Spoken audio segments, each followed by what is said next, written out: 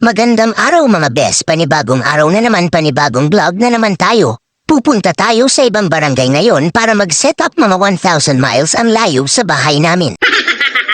Pagdating namin sa barangay Tumaga, bigla kaming nahinto. Hindi ko alam kung nasira ba yung gulong ng motor namin.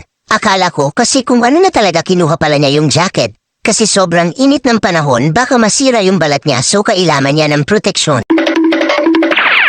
Oh my God! Wow! Nagulat ba kayo mga bes? Malapit na tayo sa lugar kung saan tayo magse-set up. Tignan nyo ng maigi ang lawak talaga ng lugar.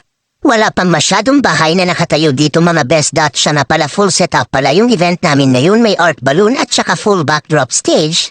Center table balloon kaya mga viewers kung gusto nyo mag-celebrate yung mga anak nyo, tawagan nyo ako para ako nagagawa, hindi na naman masyadong mahal ang sinisingil namin.